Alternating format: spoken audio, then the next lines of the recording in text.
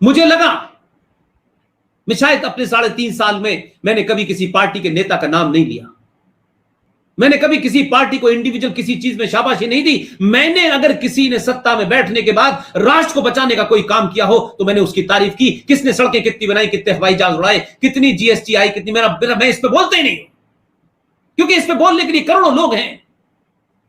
लेकिन जिन तथ्यों को आपने कहा, जिन बातों को आपने लगातार कहा कि आप कह रहे हैं कैलकाटा हाई कोर्ट को इंटरवीन करना चाहिए, आप सुप्रीम कोर्ट से गुहार लगा रहे हैं, लेकिन आपकी पार्टी प्रजातांत्रिक तरीके से इस लड़ाई को लड़ेगी।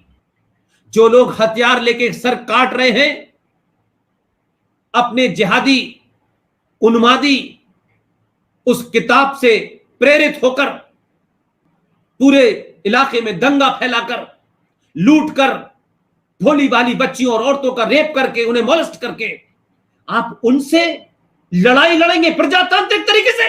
मजाक करते हैं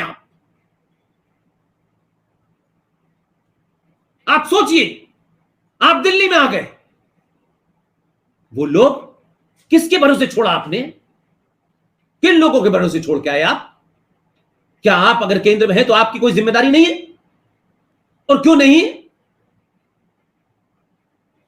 हम उत्तर प्रदेश में हैं, आपको वोट दिया, आप दिल्ली में हैं, हमने आपको वोट दिया, और आप कहें कि नहीं आप दिल्ली में हो, यहां हमारा राज नहीं है तो यहां आप मरो। तो यार रिंकू शर्मा की हत्या होगी तो खामोश, और लॉ एंड ऑर्डर राज का विषय है, तो राज में जिन लोगों ने आपको देश की केंद्रीय सत्ता में बिठाया है उनके लिए आपका क्या कार्यक्रम है? क्यों यकीन करें आपकी बात पे? जान जाने के बाद सारा सब कुछ समाप्त हो जाता है।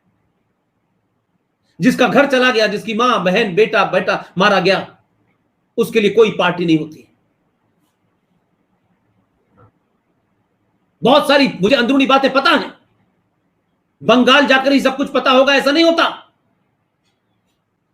मैं उन बातों को बोलना नहीं चाहता क्योंकि वो मेरे बातचीत का कोई कभी दायरा नहीं रहा। आज भी हम इतने वर्षों के बाद भी सच बोलने से किससे घबराते हैं? अरे इस देश का आम नागरिक जिनको सुबह से लेकर शाम तक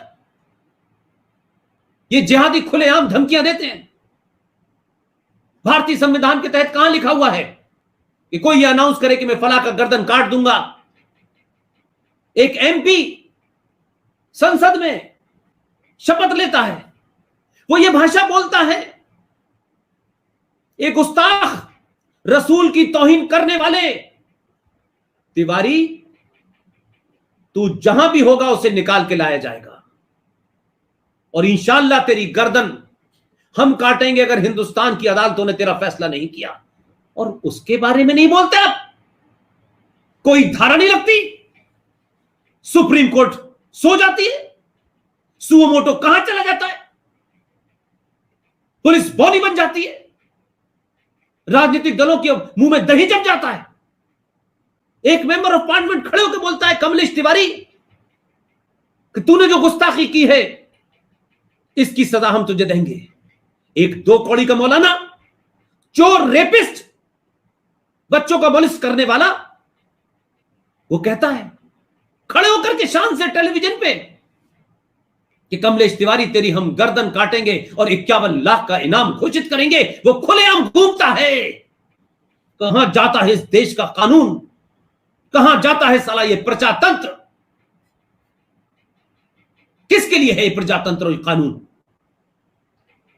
एक हत्या हो गई, खामोश हो गए। खुलेआम लोग हत्याओं का ये खेल खेला जा रहा है। ये इस्लामिक फतवा नहीं है, न इस्लामिक देश है।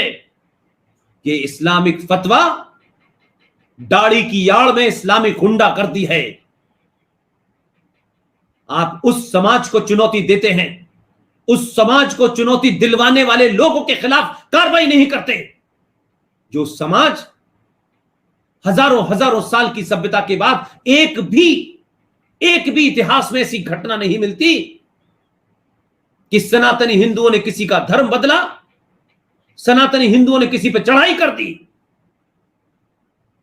सनातनी हिंदू अपने इस आदर्श के कारण अपनी भारत भूमि को अफगानिस्तान, श्रीलंका, इंडोनेशिया से खोते खोते आज यहां तक आ गया, लेकिन उसने फिर भी हमला नहीं किया। आप चाहते हैं कि यह आदर्शवाद उसका कायरता में बदल जाए?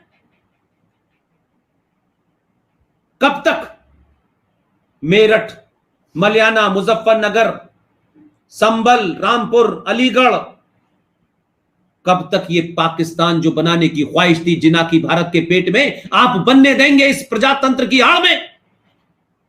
धरना दे करके, शांति पाठ करके तो गांधी भी देश नहीं बचा पाए। गांधी ने भी 1921 में जिस थ्योरी का पालन किया, तुर्की की खिलाफत मूवमेंट का समर्थन किया, क्योंकि गांधी को भी दिल जीतने की बड़ी कोशिश थी कि हिंदुस्तान के मुसलमान अगर हम उनका खिलाफत में साथ देंगे तो भारत की आजादी की लड़ाई में। उसी दरमियान कांग्रेस में लाइन से मुसलमानों को अध्यक्ष बनाया गया। जिस 1921 और 20 में इस देश में गांधी दिल जीत रहे थे मुसलमानों का, श्रद्धानंद की हत्या पे चुप्पी साध रखी थी, जिस गांधी ने मात्र 27 साल के अंदर ये देश दो टुकड़ों में बट गया, दिल जीता था आपने। 11 लाख लोग मारे गए, आपका दिल नहीं भरा। गांधी जी, शांति पाठ करने से अगर शांति मिल रही होती तो भगवान कृष्ण को बांसुरी छोड़ करके सुदर्शन चक्र नहीं उठाना पड़ता, भगवान राम को तीर कमान साधना नहीं पड़ता, रावण को खत्म नहीं करना पड़ता। किसी पे वार मत करो, समझ में आता है, लेकिन किसी के वार का जवाब ऐसा दो कि उसकी नस्लें याद रखें। इस देश को कायर मत बनाओ। बड़े सालों के बाद इस देश ने अपनी पहचान की तरफ, अपनी आस्थाओं की तरफ, अपने सरोकारों पे गर्व करना सीखा है। राजनीति उसका एक छोटा सा अंग है जो सबको बहुत बड़ा लगता है। राजनीति करिए, क्योंकि ये भारत जब तक हिंदू सनातनी बहुसंख्यक है तब तक खूब राजनीति करिए। कश्मीर में राजनीति नहीं होती, केरला में राजनीति नहीं होती, संभल मुरादाबाद में नहीं होती, रामपुर में नहीं होती, अलीगढ़ में नहीं होती, मेरठ मलियाने में नहीं होती, आजमगढ़ में नहीं होती। कहां कहां के नाम गिनाऊं मैं आपको? आपके दौर में तो 70 सालों में इस देश के अंदर 500 से ज्यादा पाकिस्तान कश्मीर बन चुके हैं। आप उन्हें लोकतंत्र के माध्यम से, संवैधानिक संस्थाओं के माध्यम से आप उन्हें मेन स्ट्रीम में लाएंगे,